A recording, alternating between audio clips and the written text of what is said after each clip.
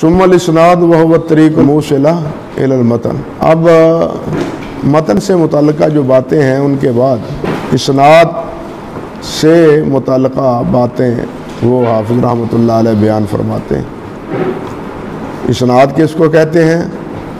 کہ وہ راستہ جو متن تک پہنچانے والا ہو، جو متن تک پہنچانے والا ہو وہ راستہ۔ حدیث کے دو ہی درجے اور یا کہنا چاہیے دو ہی قسمیں ہیں، ایک سند ہے اور ایک متن ہے، اور متن بھی وہ اس کا دار و مدار سند پر ہے۔ فرماتے ہیں کہ والمتن ہوا غایت ما ینتہی الیہ، ما ینتہی الیہ الاسناد من الکلام۔ متن وہ انتہا ہے، وہ غایت ہے جس پر منتہی ہوتی ہے سند من الکلام، کلام میں سے، کلام تک جو سند ہے وہ ہے۔ اب دیکھیے سند کا جب آپ یہ اہتمام کرتے ہیں تو سوال یہ پیدا ہوتا ہے کہ مرسل روایت ہو، معلق روایت ہو، موضوع روایت ہو، وہ کس طرح قابل قبول ہے؟ وہ کس طرح قابل قبول ہے؟ جب سند کا اہتمام ضروری ہے، اتصال ضروری ہے، تو پھر یہ تعلیقاً روایت، معلقاً روایت یا موضوع روایت، منقطع روایت، مرسل روایت یہ قابل قبول نہیں۔ اللہ اکبر۔ وہو اما ان ینتہی الی النبی صلی اللہ علیہ وسلم وَيَقْتَضِي لَفْظُهُ، کہتے ہیں اور وہ جو یا تو اس کی انتہا ہوگی کہاں تک؟ نبی علیہ السلام تک، اور یہ اس کے لفظ متقاضی ہیں، تقاضا کرتے ہیں، لفظ خود دلالت کرتے ہیں کہ یہاں سے آگے بات نبی علیہ السلام کی ہے۔ اور اب آگے جو بات ہے اما تصریحاً اور حکماً، وہ متن کی جو بات یا تو صراحتاً ہوگی، قال رسول اللہ صلی اللہ علیہ وسلم، رأیت رسول اللہ صلی اللہ علیہ وسلم، ذہب رسول اللہ صلی اللہ علیہ وسلم، یہ ایک تصریح، یا تو یہ صراحتاً ہوگی یا حکماً ہوگی، یعنی صراحت تو نہیں لیکن کلام کا تقاضا کرتا ہے کہ یہ روایت نبی علیہ السلام کی ہے، کسی اور کا فرمودہ نہیں ہے۔ فرماتے ہیں ان المنقول بذلك الاسناد من قوله صلی اللہ علیہ وسلم او من فعله او من تقریرہ، کہ جو اس سند سے منقول ہے نبی علیہ السلام کا فرمان یا آپ کا فعل یا آپ کی کیا ہے تقریر، خاموشی۔ کہتے ہیں مثال المرفوع من القول تصریحا، آسان ہی ہے، پڑھی چلیں کہ مرفوع کی مثال، مرفوع جو تصریحاً، قولی روایت جو تصریحاً مرفوع ہے اس کی مثال کہ صحابی یہ کہیں سمعت رسول اللہ صلی اللہ علیہ وسلم یقول کذا، او حدثنا رسول اللہ صلی اللہ علیہ وسلم بکذا، او یقول ہوا وغیرہ، او یقول ہوا او غیرہ، یا وہ کہے یا اس کے علاوہ کہیں۔ اس کے علاوہ کون ہوئے؟ تابعی، یعنی تابعی ہوئے، وہ ہوگی تو مرفوع لیکن مرسل ہوگی، مرفوع تو ہوگی نا۔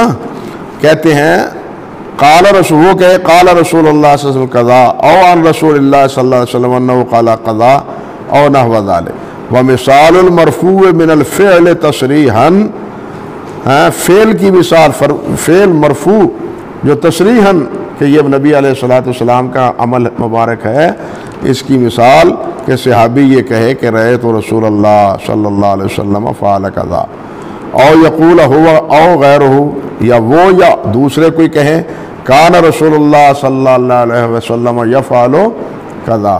اگر تابعی کہیں گے تو وہ مرسل ہوگی، لیکن مرفوع تو موقوف تو نہیں ہوگی، مرسل ہوگی لیکن ہوگی مرفوع۔ اللہ اکبر کبیرہ، اللہ اکبر، کیونکہ ہم بات کر رہے ہیں مرفوع کی، اس لیے مرفوع مرسل بھی ہے اور مرفوع متصل بھی ہے۔ کہتے ہیں مثال المرفوع من التقریر تصریحا، اور مرفوع جو یعنی صراحتاً مرفوع ہے لیکن وہ ہے تقریری. وہ کیا ہے؟ تقریری. وہ اس کی مثال کے صحابی کہیں فعلت بحضرت النبی صلی اللہ علیہ وسلم کذا، او یقول ہوا او غیرہ فعل فلان بحضرت النبی صلی اللہ علیہ وسلم کذا ولا یذکر انکار لذالک، اور اس کے بارے میں نبی علیہ الصلوۃ والسلام کا انکار منقول نہ ہو. آپ کے سامنے فلاں نے یہ عمل کیا، میں نے آپ کے سامنے یہ کیا، ہم یہ نبی علیہ السلام کے ہاں کرتے تھے، اور آپ نے اس پر کوئی کیا کہتے ہیں اعتراض نہیں کیا، تو وہ کیا ہے؟ حکمن. وہ جیسے حضرت عبداللہ بن عمر فرماتے ہیں کننا نقول صلی اللہ علیہ وسلم و رسول اللہ صلی اللہ علیہ وسلم حاضر، کہ ان خیر هذه الامت بعد النبی صلی اللہ علیہ وسلم ابو بکر ثم عمر ثم عثمان. ہم یہ کہتے تھے اور نبی صلی اللہ علیہ وسلم کے ہوتے ہوئے کہتے تھے. تو یہ کیا ہے؟ حکمن کیا ہے؟ تقریر. گویا نبی علیہ الصلوۃ والسلام کو اس کی تصدیق حاصل ہے. سمجھے نا؟ اللہ اکبر. ومثال المرفوع من القول حکمن لا تصریحا، اور مثال مرفوع قولی کی جو حکمن ہو صراحتاً نہ ہو. مثلا یہ کہ صحابی کہے، اور صحابی وہ لم یاخذ عن الاسرائیلیات، کہ وہ اسرائیلی روایات کو قبول نہ کرتا ہو، اور ساتھ یہ ما لا مجال للاجتہاد فیہ، اس میں اجتہاد کا دخل نہ ہو، آنا جانا اجتہاد کا نہ ہو. صحابہ مجتہد تو تھے ہی نا، کہ بعض صحابہ بالخصوص وہ مجتہد تھے اور اجتہاداً وہ فتویٰ دیتے تھے. اب انہوں نے اجتہاداً فتویٰ دیا ہے تو وہ روایت مرفوع نہیں ہوگی جس میں اجتہاد کا دخل ہے. جس میں اجتہاد کا دخل نہیں ہے اور وہ اسرائیلی روایات کو بھی قبول نہیں کرتے. کہتے ہیں وَلَا لَهُ تَعَلُّقٌ بِبَيَانِ لُغَةٍ أَوْ شَرْعٍ غَرِيبٍ، اور نہ ہی اس کا کوئی تعلق ہو کس کے ساتھ؟ لغت کے ساتھ، یا اس کے غریب الفاظ کی شرح کے بارے میں.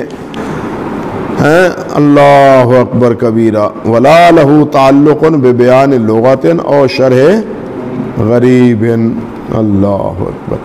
کل اخبار عن الامور الماضیہ، جیسے کہ وہ خبریں ہیں جو عہد ماضی کے ساتھ تعلق رکھتی ہیں، جو امور ماضیہ پہلے انبیاء پہلے امتوں کے حوالے سے منقول ہیں. نبی علیہ الصلوۃ والسلام نے پہلے انبیاء کی خبریں بھی تو دی ہیں نا، اور پہلے انبیاء علیہ السلام کی قوموں کی بھی خبریں دی ہیں بعض. تو فرماتے ہیں من بدء الخلق او اخبار الانبیاء اول آتیہ، یا اخبار انبیاء یا آنے والی خبریں دی ہیں، جس طرح ملاحم ہیں، لڑائیوں کے بارے میں ہیں، اور فتن کے بارے میں ہے، اور قیامت کے احوال کے بارے میں ہے.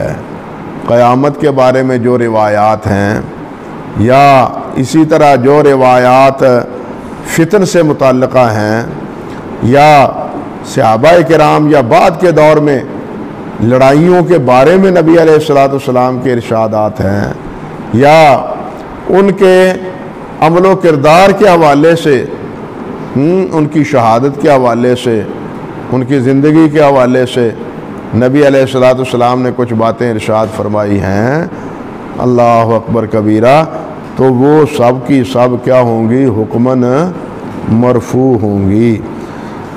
وقضا، اور اسی طرح وقضا الاخبار اما یحصل بفعلہ ثواب مخصوص او عقاب مخصوص. اسی طرح یہ خبر جو کسی فعل کے سے حاصل ہوتا ہے ثواب، جو کسی فعل سے حاصل ہوتا ہے کیا؟ ثواب. اس کے بارے میں وہ خبریں احادیث مخصوص ثواب جن کے بارے میں، یا مخصوص عقاب کوئی یہ کرے گا تو یہ سزا، یہ کرے گا تو یہ اللہ کے ہاں سزا ملے گی، یا اس کو یہ ثواب ملے گا. جتنی احادیث ہیں فضائل اعمال میں جتنی احادیث مبارکہ ہیں وہ سب اس کو شامل ہیں، بشرطے کہ روایت صحیح، سند صحیح ہو. وہ ہیں مرفوع سمجھی جائیں گی. اللہ اکبر. جیسے جتنی روایات ہیں، رفع الیدین کی روایت بھی ثواب پر ذکر ہے. یہ جو کیا نام ہے، صلاۃ تسبیح کا ثواب کتنا ہے. ہاں جی، اسی طرح اللہ آپ کا بھلا کرے، یہ 12 رکعتیں جو سنتیں ہیں روزانہ کی، ان کے اجر و ثواب کا نبی علیہ السلام نے ذکر فرمایا ہے. تو یہ اعمال کے اجر و ثواب کے بارے میں جتنی روایتیں ہیں، اور اسی طرح جو کسی عمل کے کرنے سے عقاب بیان کیا گیا ہے، والدین کی نافرمانی کے بارے میں جس طرح بیان کیا، صلہ رحمی کو قطع کرنے والے کے بارے میں عقاب کا ذکر کیا گیا ہے کہ اس کی سزا دنیا میں ہی اللہ ذوالجلال دے دیتے ہیں. نافرمانیوں کے نتیجے میں بعض عقاب کا ذکر بھی تو ہے نا. اللہ اکبر کبیرہ. اللہ، یہ سب کے سب اخبار جو ہیں وہ کیا حکمن مرفوع ہیں. کہتے ہیں وَإِنَّمَا كَانَ لَهُ حُكْمُ الْمَرْفُوعِ، بے شک ان کو کیا ہوگا، حکم مرفوع کا ہوگا. لِأَنَّ إِخْبَارَهُ بِذَلِكَ يَقْتَضِي مُخْبِرًا لَهُ، اور اس لیے کہ اس کی خبر دینا تقاضا کرتا ہے کہ اس کا کوئی خبر دینے والا ہے، کہ اس کا کوئی خبر دینے والا ہے. وَمَا لَا مَجَالَ لِلْاجْتِهَادِ فِيهِ يَقْتَضِي مَوْقِفًا لِلْقَائِلِ بِهِ، کہتے ہیں اور جس میں اجتہاد کا دخل نہیں ہے، تقاضا کرتا ہے موقفاً للقائل بِهِ، کہ اس کا قائل بھی کوئی مخبر، موقفاً خبر دینے والا، بتلانے والا، واقفیت دینے والا وہ ہے، خبر دینے والا اس کا بھی ہے. وَلَا مُوقِفَ لِلصِّحَابَةِ إِلَّا النَّبِيُّ صلی اللہ علیہ وسلم، اور صحابہ کو خبر دینے والا اللہ کے رسول کے علاوہ اور کون ہوگا. سمجھے نا، وہ تو صحابہ جب بیان کریں گے تو ظاہر ہے انہیں خبر دینے والے ہیں ظاہری طور پر تو نبی علیہ السلام ہے. اور بعض من یخبر عن الکتب القدیمہ، یا بعض وہ ہوں گے جو خبر رکھتے ہیں قدیمی کتب کے بارے میں، تورات انجیل سے آگاہ ہیں، یا وہاں انہوں نے پڑھا ہوگا. جیسے عبداللہ بن عمرو بن عاص ہے نا، وہ کہتے ہیں نا مجھے ایک تھیلا، میرا 2 تھیلے ملے تھے اسرائیلی روایات کے، اور بعض تفسیری روایات کے بارے میں یہ حافظ ابن کثیر ہوں، دوسرے مفسرین ہوں، وہ لکھتے ہیں کہ یہ انہی 2 تھیلوں کی روایت معلوم ہوتی ہے جو عبداللہ بن عمرو بن عاص کو اسرائیلی روایات کے ملے تھے. لیکن دیکھیے المیہ یہ ہے کہ آپ دیکھیں صحیح بخاری میں حضرت عبداللہ بن عباس رضی اللہ تعالیٰ عنہ سے اہل کتاب سے روایت لینے کے بارے میں شدید انکار منقول ہے، حتیٰ کہ وہ یہاں تک فرماتے ہیں او محمد رسول اللہ صلی اللہ علیہ وسلم کی امت، اور تمہیں کیا ضرورت پڑی ہے تورات اور انجیل کی جبکہ تمہارے پاس قرآن مجید ہے اللہ سبحانہ و تعالیٰ کا نازل کیا ہوا. تمہیں کیا ضرورت ہے تورات و انجیل کی طرف رجوع کرنے کی. یہ صحیح بخاری میں عبداللہ بن عباس فرماتے ہیں. لیکن عبداللہ بن عباس پھر اہل کتاب سے روایت بھی کرتے ہیں. اب اس انکار کا تقاضا تو یہ ہے کہ وہ بنی اسرائیل سے روایت، مگر بنی اسرائیل سے واقعات نقل کرتے ہیں عبداللہ بن عباس بھی. اللہ اکبر کبیر. تو حضرت مصنف رحمۃ اللہ علیہ فرماتے ہیں او بعض من یخبر عن الکتب القدیمہ، یا وہ بعض جو خبر دیتے ہیں قدیمی کتب سے، فلہذا وقع الاعتراض عن القسم الثانی، اسی لیے احتیاط واقع ہوا ہے اس قسم دوسری قسم میں. وَإِذَا كَانَ كَذَلِكَ، اور اگر یہ اسی طرح ہو، فَلَهُ حُكْمُ مَا لَوْ قَالَ، تو اس کا حکم، اس کا کیا ہے، حکم وہی ہے جو نبی علیہ السلام نے فرمایا ہے. قال رسول اللہ صلی اللہ علیہ وسلم فَهُوَ مَرْفُوعٌ، تو اس کا حکم کیا ہے؟ وہی ہے جو قال رسول اللہ صلی اللہ علیہ وسلم کا ہے کہ وہ حکم کیا مرفوع ہے. سواء کان مما سمعہ منہ او عنہ بواسطۃ، خواہ وہ آپ صلی اللہ علیہ وسلم سے براہ راست سنا ہو یا آپ صلی اللہ علیہ وسلم سے واسطہ کے ساتھ سنا ہو. ومثال المرفوع من الفعل حکما ان یفعل الصحابی ما لا مجال للاجتہاد فیہ، کہ صحابی ایسا عمل کرے کہ جس میں عقل کا اجتہاد کا کوئی دخل نہ ہو. فَيُنَزَّلُ عَلَىٰ أَنَّ ذَلِكَ عِنْدَهُ عَنِ النَّبِيِّ صلی اللہ علیہ وسلم، تو اس کو اتارے اس بات پر کہ ان ذالک، کہ یہ چیز اس کے پاس نبی علیہ السلام سے منقول ہے. جس طرح کہ امام شافعی رحمۃ اللہ علیہ نے فرمایا ہے فی صلاۃ علی فی الکسوف فی کل رکعۃ اکثر من رکوعین، جس طرح کہ امام شافعی رحمۃ اللہ علیہ نے فرمایا ہے حضرت علی رضی اللہ تعالی عنہ کی نے جو صلاۃ کسوف پڑھائی ہے اور ہر رکعت میں کیا کیا ہے؟ اکثر من رکوعین، انہوں نے 2 رکوعوں سے زیادہ کیا کیا ہے؟ زیادہ رکوع کیے ہیں. اللہ اکبر اللہ.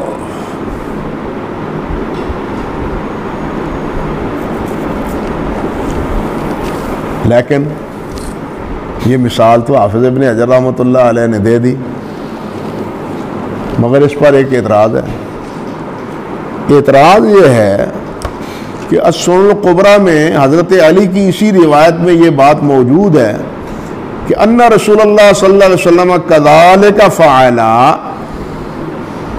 کہ نبی علیہ السلام اسی طرح کرتے تھے. حضرت علی نے صلاۃ کسوف پڑھائی اور اس میں کیا کیا؟ ایک رکعت میں 2 سے زیادہ رکوع کیے. اب بہقی میں تیسری جلد کا صفحہ 331 ہے، جس میں ہے حضرت علی فرماتے ہیں کہ نبی علیہ السلام نے کذالک فعل رسول اللہ صلی اللہ علیہ وسلم. اور معلوم یوں ہوتا ہے کہ حافظ رحمۃ اللہ علیہ سے یہاں تسامح ہوا ہے. حافظ ابن حجر رحمۃ اللہ علیہ سے یہاں ایک تسامح ہوا ہے کہ یہ فی صلاۃ علی فی الکسوف کی بجائے فی الزلزلہ چاہیے. اب بیقی لائے نا تیسری جلد، دیکھیے یہ ہے من صلی فی الزلزلہ بزیادت عدد رکوع. قال الشافعی بلاغاً عن عباد عن عاصم عن قضا عن علی انہ صلی فی زلزلہ 6 رکعات فی 4 سجدات 5 رکعات و سجدتین فی رکعت وفی رکعت ورکعت و سجدتین فی رکعت. قال الشافعی ولو ثبت هذا الحدیث عندنا عن علی رضی اللہ عنہ لقلنا به. سمجھے بات؟ قال الشیخ بہقی فرماتے ہیں ہوا عن ابن عباس ثابت، کہ یہ ابن عباس سے ثابت ہے. آگے پھر اس کی ابن عباس کا اثر ذکر کرتے ہیں. سمجھے بات؟ حضرت علی نے کہا کہ ہاں یہ مولوی صاحب جنہ چکر ویخ نہ لین انہیں تسلی نہیں ہوتی. چنگی گل ہے، بہت اچھی بات، بہت اچھی بات. یہ بلوغ المرام بھی لائیں. دیکھ اب اس کے بعد تو کوئی شک نہیں رہتا. وعن ہو کس سے؟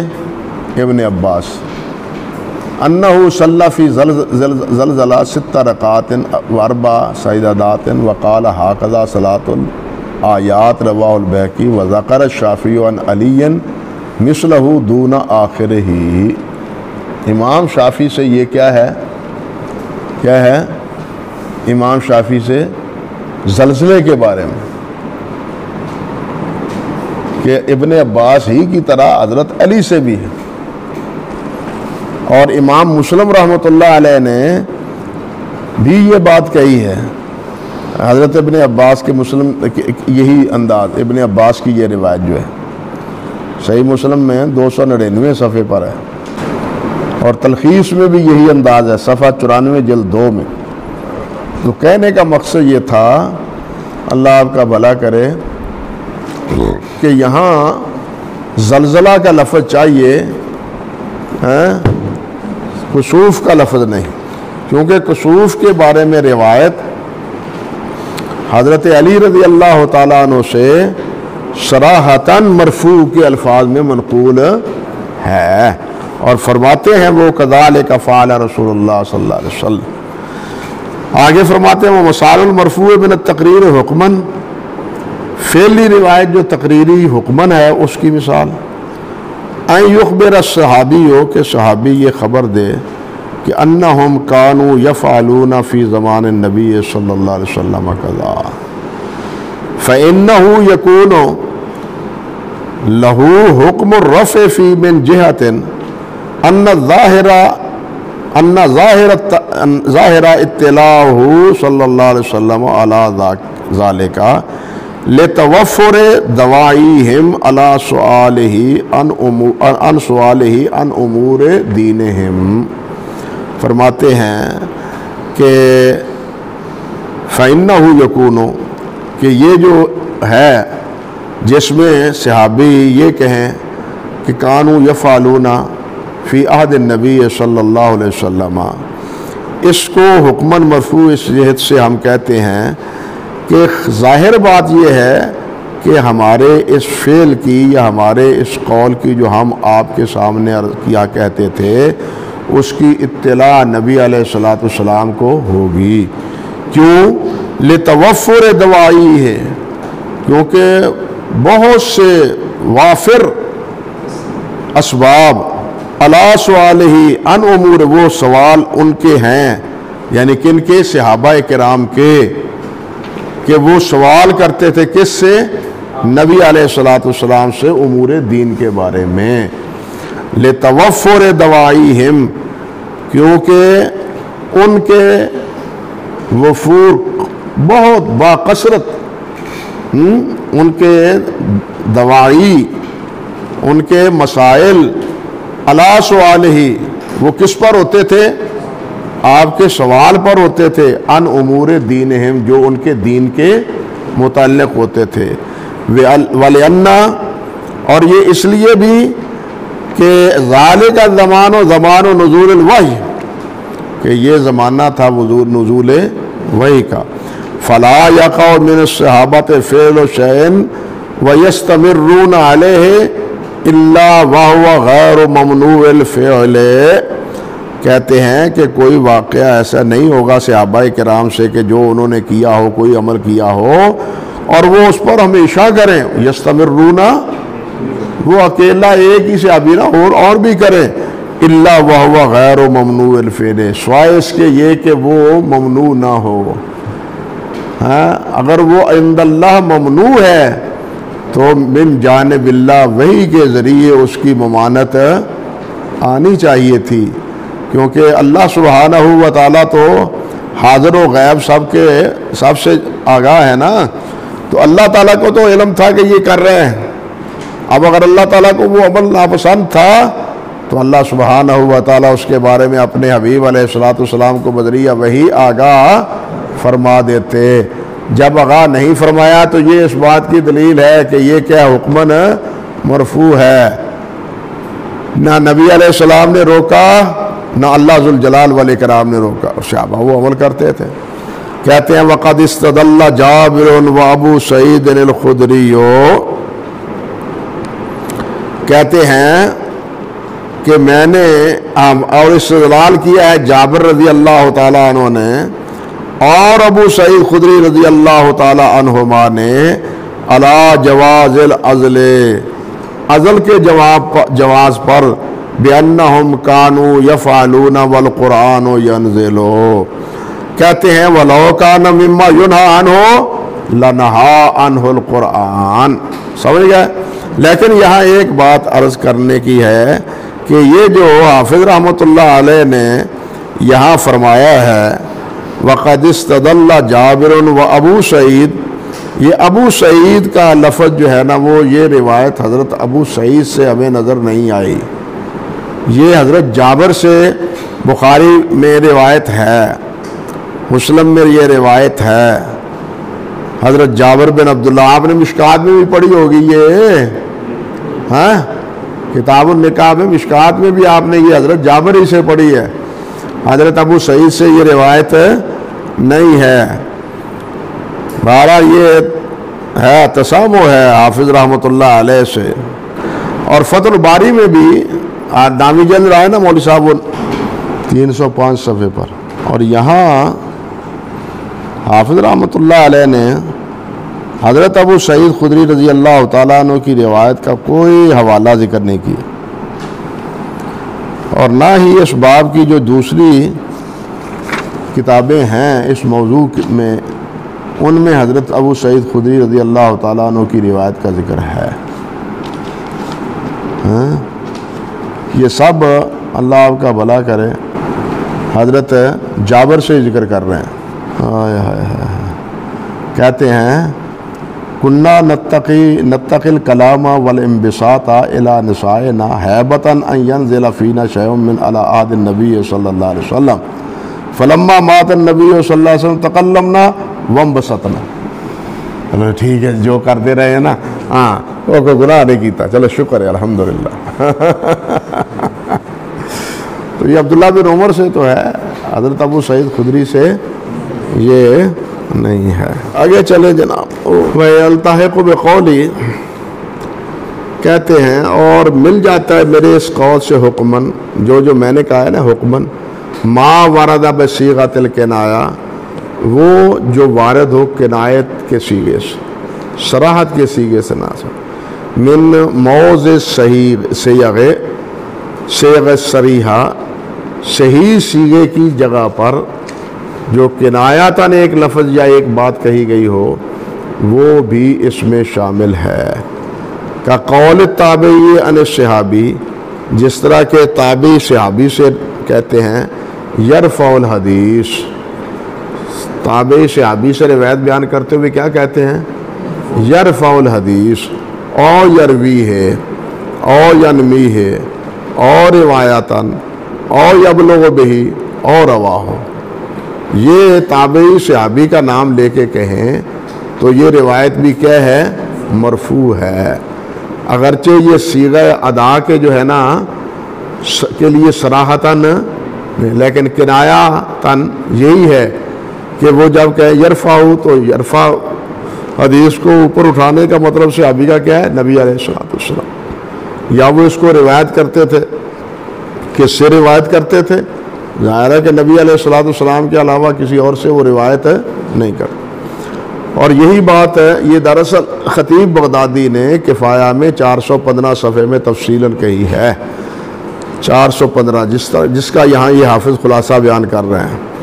کہتے ہیں وقد یقتصرون علی القول ما حذف القائل، اور کبھی کبھی وہ صرف قول کا پر اکتفا کرتے ہیں اور قائل کو حذف کر دیتے ہیں۔ وَيُرِيدُونَ بِالنَّبِيَّ صلی اللہ علیہ وسلم، اور اس سے مقصد کون ہوتے ہیں؟ نبی علیہ السلام، ان کا مقصود کیا ہوتے ہیں اس قول سے؟ نبی علیہ السلام، جس طرح کہ ابن سیرین فرماتے ہیں ان ابی ہریرہ رضی اللہ تعالی عنہ قال تقاتلون قوما، قال تقاتلون قوما، کہ تم کیا کرو گے؟ اللہ اکبر کبیرہ، ایک قوم سے لڑائی کرو گے۔ یہ نسائی لائے نا جی، حضرت ابو سعید خدری کی روایت اس میں ہے، اس کے لفظ کیا ہے؟ 3339۔ یہ دیکھیں حضرت ابو سعید کی یہ روایت ہے، لیکن کنہ نازلوں کے طریقے پر، الفاظ پر نہیں۔ جو استدلال حضرت جابر کا ہے نا ان الفاظ سے نہیں، بلکہ کیا ہے؟ ان رجلا سأل رسول اللہ صلی اللہ علیہ وسلم، یہی ہے ذکرنا عند رب ما قال قلنا ذلك له امرأة يصيبها ويقرأ الحمل۔ یہاں کیا ہے؟ ان رجلا سأل عن الأذن فقال ان امرأتي ترضع وانا اقرأ، فقال النبي صلی اللہ علیہ وسلم انما قد قدر في الرحم سيكون، جو اللہ کے ہاں مقدر ہو چکا ہے رحم میں وہ ہو کے رہے گا۔ یہ روایت ہے حضرت ابو سعید خدری سے. قرآن ینزل والے نہیں ہیں. ہاں جی بخاری میں بھی اس طرح کی روایت ہے. ہاں لیکن وہ روایت جابر رضی اللہ تعالیٰ عنہ سے کننا نازل والقرآن ینزل ان الفاظ سے حضرت ابو سعید سے روایت نہیں ہے. البتہ ازل کے حوالے سے روایت فی الجملہ ہے. بات سمجھے نا, فی الجملہ ہے, مگر وہ اس طرح نہیں ہے جس طرح حضرت جابر سے ہے. یہ بات بھی ذکر کی ہے اصل میں خطیب نے, مگر یہاں بھی معذرت سے آپ سے عرض ہے کہ خطیب رحمۃ اللہ علیہ کے الفاظ کو نقل کرنے میں آفت سے تسامح ہوا ہے. انہوں نے ابن سیرین کا قول ذکر کیا ہے, لیکن یہ عارج عن ابی ہریرہ سے ہے روایت. یہ روایت عارج عن ابی ہریرہ سے ہے.